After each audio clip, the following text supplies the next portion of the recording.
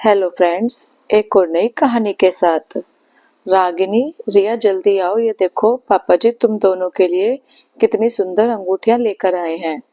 रसोई में काम कर रही दोनों ही बहुएं बाहर आकर अपने सास से और ससुर के कमरे में आ गईं। रिया का पहला करवा चौथ है ना, इसलिए हमने सोचा कि उसके लिए कोई अच्छा सा उपहार लिया जाए। बाकी जेवर तो अभी शादी में बहुत सारे बनवाए थे।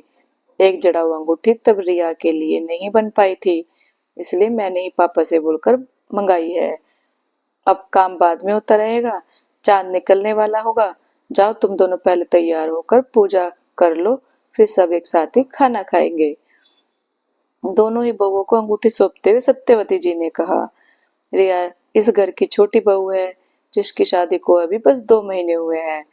अपने पहले करवा चौथ पर सास ससुर से इतना महंगा तोहफा प्यार स्वरूप पाकर उसकी तो खुशी का ठिकाना ही नहीं था। उसने तुरंत ही अपने मायके फोन घुमाकर अपनी माँ से अपने नए घर और ससुराल वालों की खूब तारीफ करी। वहीं दूसरी तरफ रागिनी की शादी को 5 साल हो चुके हैं। जब से उसे सत्यवती जी ने अंगूठी थमाई है, उसे उसकी जरा सी भी खुशी नहीं थी। रह रहकर उसके दिमाग में बस अपनी देवरानी रिया को लेकर जलन होने लगती है। 5 साल हो गए हैं मेरी शादी को, ऐसे 5 करवा चौथ निकल गए, पर मुझे तो आज तक कभी तीज त्योहार पर कभी कोई उपहार ही नहीं दिया। और अब जब लाडली बेटे की लाडली बहू आ गई है, तो उपहार आने शुरू हो गए। रागिनी ने भी तुरंत ही फोन घुमाकर अपनी माँ को सारी बात बता दी। दो बहुओं के हो जाने से ऐसी छोटी मोटी बातें तो घर में होती रहती हैं। अभी तो शुरुआत है, आगे चलकर ऐसे बहुत से मोड़ आएंगे। तुम घर की बड़ी बहू हो, थोड़ा बड़प्पन दिखाओ। और वैसे भी समधन जी ने अकेले रिया के लिए तो उपहार नहीं मंगाया, साथ में तुम्हारे लिए भी ठीक वैसे ही अंगूठी मंगाई है। तो मुझे नहीं लगता तुम्हें कोई परेशानी होनी चाहिए। चांद निकल आया है, जाओ पूजा करो और इन सब बातों को अपने दिमाग में मत लाया करो, वरना नुकसान सिर्फ तुम्हारा होगा। रागिनी की माँ ने बोलकर फोन काट दिया। हाँ, सब मुझे गलत समझते हैं। माँ, कम से कम तुम तो अपनी बेटी की भावनाओं को समझती हो। मुझे उपहार से परेशानी नहीं है, मुझे दुख इस बात का है कि अभी तक अपनी बड़ी बहू के लिए कोई उपहार आज तक क्यों नहीं आया।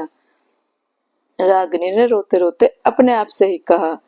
तभी, भाभी आप अभी तक तैयार नहीं हुई, चांद निकल आया है, जल्दी कीजिए, सब लोग आपका बाहर इंतजार कर रहे हैं। सब लोग घर के पूजा करके खाना खा चुके थे। माँ सारे दोस्त काफी के लिए कैफे जा रहे हैं और मैं रिया भी साथ होकर आते हैं, थोड़ी देर में आएंगे। छोटे बेटे आकाश ने सत्यवती जी से कहा। सब समझती हूँ मैं, सारे दोस्त चाह रहे हैं या तू अपनी पत्नी को कहीं ले जाना चाहता है, सत्यवती जी ने हंसते हुए कहा। जल्दी घर आना और बहू से बोलना सारे जेवर उतार कर जाए। उन दोनों के घर जाने के बाद सत्यवती जी ने रागिनी को अपने कमरे में बुलाया। कोई परेशानी है क्या बड़ी बहू? शाम से ही तुम्हारे चेहरे पर शिकन देख रही हूँ। पहले से ही भरी रागिनी अपने गुस्से पर काबू न कर पाई और वो रोने लगी। माँ, इन 5 सालों में आपने एक पल भी मुझे कभी ये महसूस नहीं होने दिया कि मैं अपने माता पिता से दूर किसी एक नए घर में आई हूँ। हमेशा मुझे एक बेटी से ज्यादा प्यार क्या है? फिर ये देवर जी की शादी हो जाने के बाद इस तरह का भेदभाव क्यों? आपने पहले तो कभी मुझे किसी त्योहार पर कोई उपहार आदि नहीं दिया, फिर अब क्यों? सत्यवती की पार की नजर जो शाम से महसूस कर रही थी, वही बात सच निकली। उन्होंने रागिनी को अपने पास बिठाया और कहा, मैंने कभी भी अपने दोनों बच्चों में अंतर नहीं किया, तो फिर उनकी बहुओं में क्यों करूंगी? ऐसा सिर्फ इसलिए नहीं किया गया है जिससे इन 5 सालों में तुम्हारे पास छोटी से ज्यादा जेवर न इकट्ठे हो जाएं। जो भी हो, तुम दोनों के पास बराबर ही रहे। माता पिता कभी अपने बच्चों में भेदभाव नहीं करते। मुझे पूरी उम्मीद है कि तुम्हें अपने प्रश्नों का उत्तर मिल गया होगा। जाओ, थक गई होगी, अपने कमरे में जाकर आराम करो। पर रागिनी, उसकी आंखों में से नींद तो कोसों दूर थी।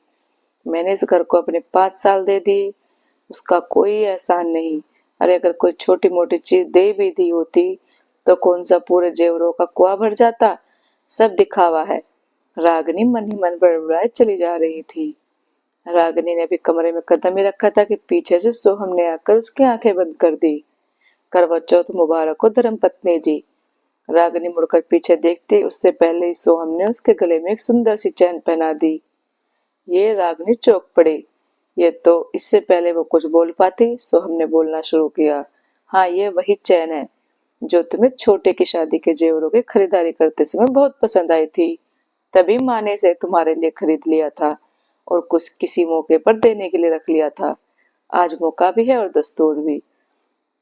आपका पसंदीदा तोहफा हाजिर है। सो हमने घुटने पर बैठकर अपने हाथ को रागिनी की तरफ बढ़ाते हुए कहा।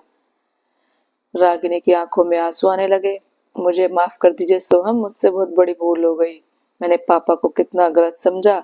मैं भूल ही गई कि इतने सालों में उन्होंने भले ही मुझे कोई तोहफा खुद से न दिया हो, पर हर साल, हर त्योहार, हर जन्मदिन, हर सालगिरह पर तुम मेरे लिए कोई ना कोई निशानी जरूर लेकर आते हो। और वह सब मेरा खुद का होता है, जो किस घर से मुझे मिलता है। माँ पता नहीं मेरे बारे में क्या सोच रही होंगी, रागिनी ने रोते हुए कहा। उसकी चिंता तुम्हें करने की कोई जरूरत नहीं है माँ। अपनी बड़ी बहू को खुद से भी ज्यादा अच्छे से पहचानती हैं और वो खुद भी इस दौर से गुजर चुकी हैं, तो उनसे ज्यादा इन सब बातों को इतने अच्छे से कोई नहीं समझ सकता। सो हमने रागिनी की आंखों में लुढ़के हुए आंसू को पोंछते हुए कहा। मुझे इस बार आइसक्रीम खिलाने नहीं ले चलोगे मिस्टर हस्बैंड? रागिनी ने हंसते हुए कहा। जी, बंदा तो कब से आपकी खिदमत में हाजिर है। दोनों एक साथ मुस्कुराए और घर से निकल लिए। दोस्तों, ये एक नहीं, शायद हर संयुक्त परिवार की कहानी है। अगर घर के बड़े सही हो तो कभी रिश्तों के बीच किसी भी प्रकार की अनबन होने की संभावना ही नहीं होती। आप सब इस बात से सहमत हैं तो अपनी राय कमेंट में जरूर लिखें। दोस्तों, आपको ये कहानी कैसी लगी? अच्छी लगी हो तो लाइक, कमेंट और शेयर करना और चैनल को सब्सक्राइब करना। Thank you.